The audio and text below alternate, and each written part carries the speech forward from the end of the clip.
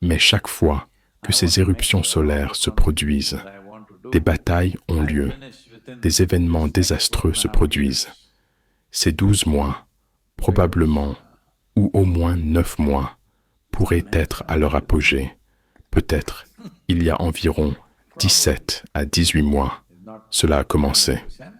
Lorsque les éruptions solaires augmentent, elles ont un impact significatif sur le champ magnétique de la planète et la quantité de radiation qui affecte diverses choses. Je ne veux pas entrer dans les détails scientifiques, mais cela a un impact sérieux sur toutes les planètes. Notre préoccupation est la Terre. Comment cette planète tourne, comment elle se déplace autour du Soleil, comment tout cela fonctionne, comment cela affecte votre corps, votre façon de vivre et votre respiration. Comprenez-vous vraiment? Ces éruptions solaires affectent sérieusement le système nerveux autonome. Tout le monde le sait. Je le ressens dans mon propre corps et je vois comment cela affecte d'autres personnes, leur système digestif, leur respiration, leur capacité à digérer, à absorber ce dont ils ont besoin. Tout est affecté par les éruptions solaires. Quand cela a commencé, j'ai ressenti certaines choses en moi. J'ai alors interrogé quelques personnes pour comprendre ce qui se passait. Je leur ai dit ce que je ressentais et ils m'ont répondu que les éruptions solaires avaient commencé. Les 6 prochaines années seront marquées par une activité solaire extrêmement intense, d'un niveau que nous n'avons jamais vu de notre vivant. D'un point de vue traditionnel, dans les textes indiens et d'autres écrits, bien que je ne sois pas expert en la matière, il est dit que lorsque l'activité solaire augmente de cette manière, il peut y avoir beaucoup de morts, de maladies, de guerres, de déséquilibres psychologiques, de troubles dans la vie humaine, ainsi que des bouleversements dans la vie animale et toute forme de vie sur la planète, car cela affecte le système nerveux, le système digestif, le système pulmonaire, tout. Mais pour un chercheur spirituel qui souhaite transformer son énergie, c'est un moment où tout est en train de cuire à point. Je veux m'assurer de terminer toutes les consécrations que je souhaite accomplir dans les 4 prochaines années et demie. Le Soleil lui-même est avec moi. Ce que je dis est probablement correct à 80%, mais cela pourrait être légèrement imprécis. D'ici la mi-2023 à la mi-2024, ces 12 mois, ou au moins 9 mois, pourraient atteindre leur apogée.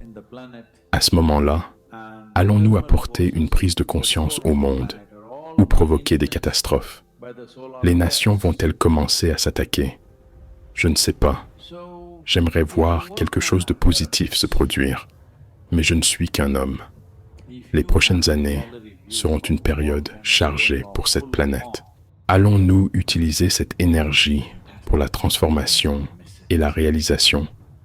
Ou allons-nous nous entretuer, nous blesser mutuellement, nous détruire simplement parce qu'un stimulus nous affecte et que nous manquons d'équanimité? Dans ce cas, nous nous ferons du mal les uns aux autres. C'est là où nous en sommes.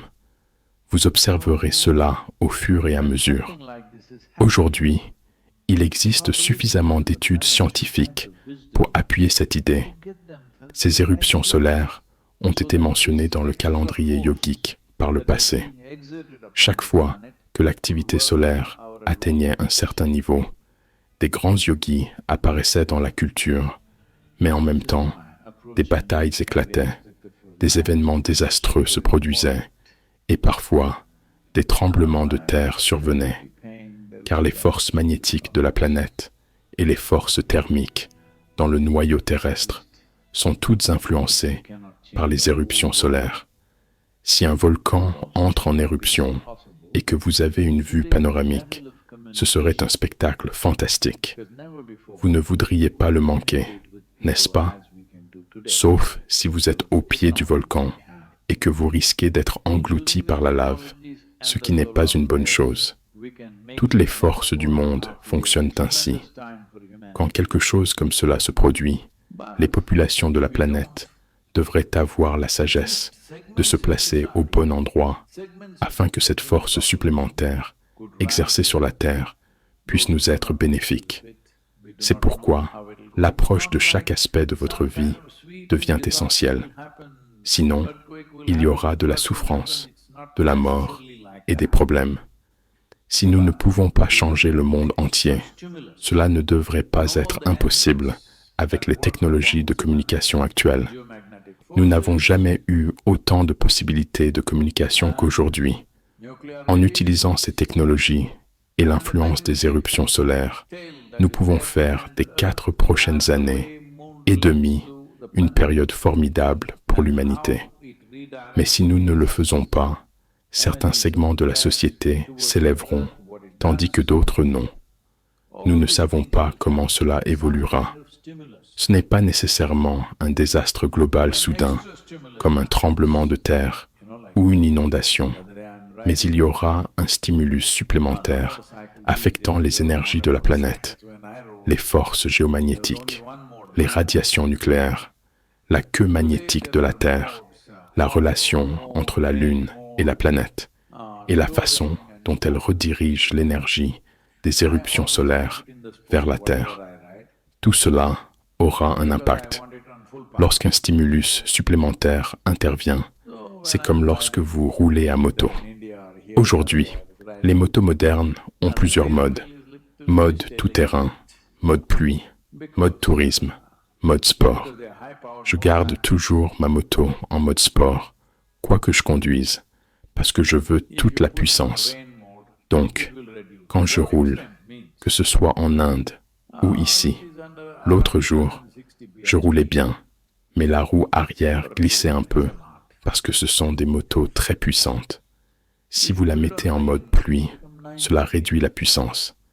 Elle fait environ 160 chevaux pour un 2 roues. C'est énorme. Si vous la mettez en mode pluie, elle descend à 90 chevaux pour être plus sûre. Mais vous savez, je ne suis pas du genre prudent. Je mourrais d'ennui si c'était trop sûr.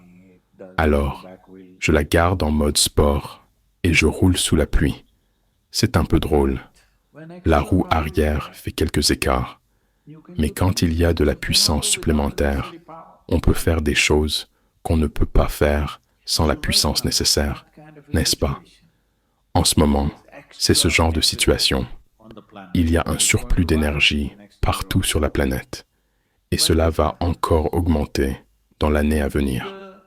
Quand cela arrivera, nous pourrons soit nous briser les os, soit nous élever. Mon souhait est que tout le monde s'élève. Tout ce que nous pouvons faire pour que l'humanité s'élève, nous devrions le faire, car il existe une forme d'énergie très difficile à générer par nous-mêmes, et c'est toute la planète qui est influencée par cela.